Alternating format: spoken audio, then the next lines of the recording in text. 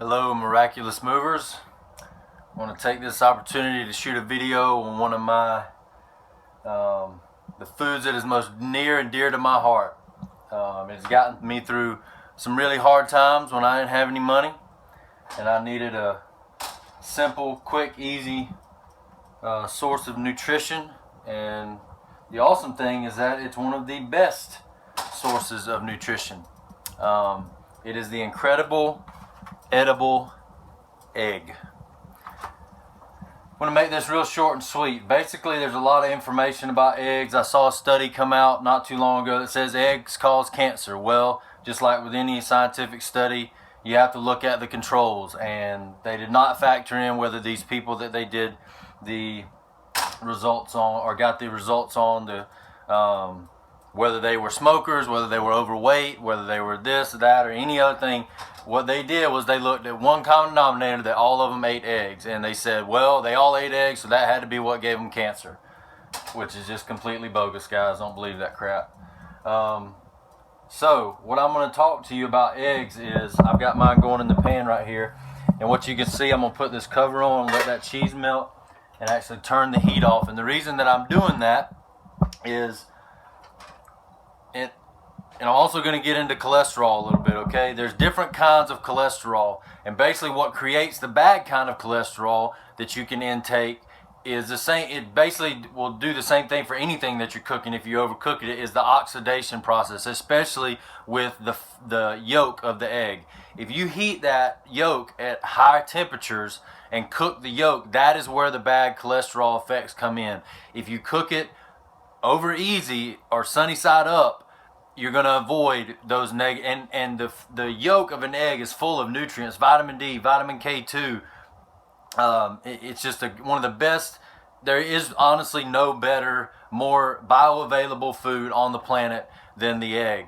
And I've heard a lot of people, and the other thing I want to mention about that is that actually eating raw eggs, and especially in large amounts, is not healthy. And the reason for that is because the protein in the egg, the white of the egg, is actually only about 60% bioavailable raw, and it also contains certain properties that can actually cause harm to your digestive system, to your gut enzymes. So you want to cook the white of the egg, but you want to leave the yolk as raw as possible to get the most beneficial nutrients.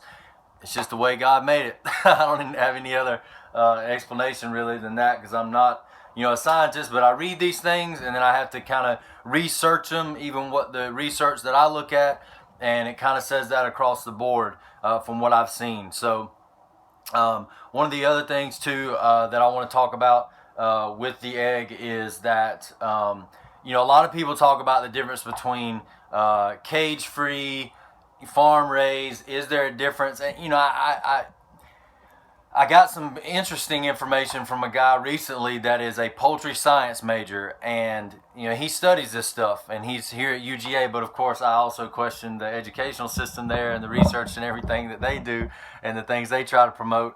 But anyway, what he said was that there really is not that much significance between a caged up hen and one that's free range, because the hen naturally is going to put into, and is basically based on the reproductive cycle, like she is going to try her best to put into that egg the best, most nutrients possible in order to create an offspring. So what he's saying is that there's really not that much difference between them.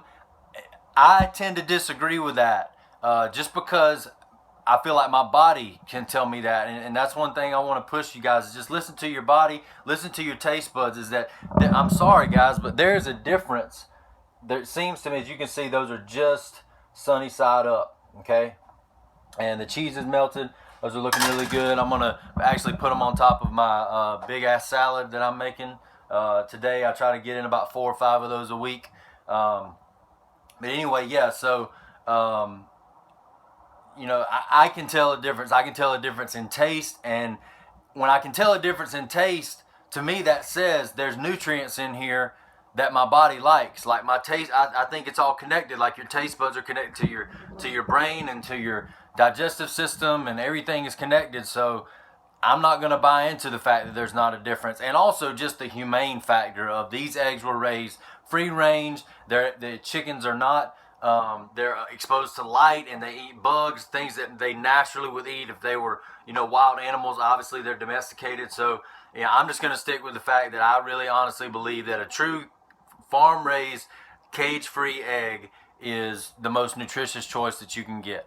I'm just going to stick to that. But I did want to present the other side of the argument, is that, this guy that was getting his doctorate in poultry science says that there isn't a difference. But anyway, so yeah, that's some information on the incredible edible egg for you there.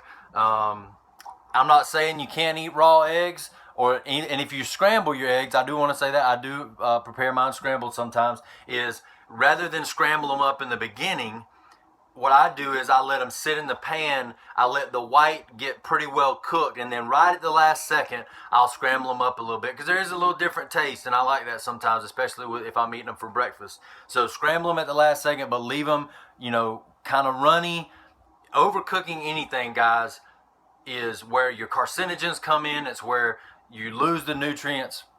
You don't want to overcook your food. And I know for some of y'all, especially a lot of my Facebook friends and fans, that's hard for you because you were raised in the South and we cook the crap out of everything. I mean, we just do. It's part of our culture. If it ain't well done, I ain't eating it. Well, I'm sorry, that's just not the most beneficial for your body. You want it as least cooked as possible. I'm not one of these completely raw people, because I do believe there's some foods that are better if they're slightly cooked. There's proof of that. Some greens and cruciferous vegetables that is true for. So I'm not totally against it, but I try to stay as raw as possible with most of my vegetables, and with my food, as minimal as possible. And I probably would do it a lot less if it wasn't for my fiance, because she likes things cooked a little more. She's still trying to get out of that old Southern mindset, is you got to cook the crap out of everything, and if it ain't, if there's any this red, then that's blood, which that's not even true. The red that comes out of meat is hemoglobin. It's not actually blood. So that's a whole myth in itself. So anyway, guys, just some information there. I hope it's informative. And if you're on a budget, go find you a farmer that has some fresh eggs. It's still the cheapest source, even if they are a little bit more expensive than what you're going to buy in the store. It's worth paying for and supporting your local farmers. And eat eggs. I mean, especially if you're trying to put on muscle and trying to get in that protein, that 1 gram of protein per pound that I recommend if you're trying to put on muscle and trying to put on good weight. You better get into eating eggs, and try different ways of cooking them. I put curry powder on mine. I do the traditional salt and pepper like I was raised on. I love that. Put eggs in different stuff. Make omelets. Just use eggs. It's just the best, most bioavailable source of protein and fat nutrients that you can possibly get. I mean, it's just great for you. So anyway, that's the story on the incredible edible egg. And thank God that He gave us such an awesome, nutrient dense food. All right, guys. Love y'all. Keep moving. We'll see you soon.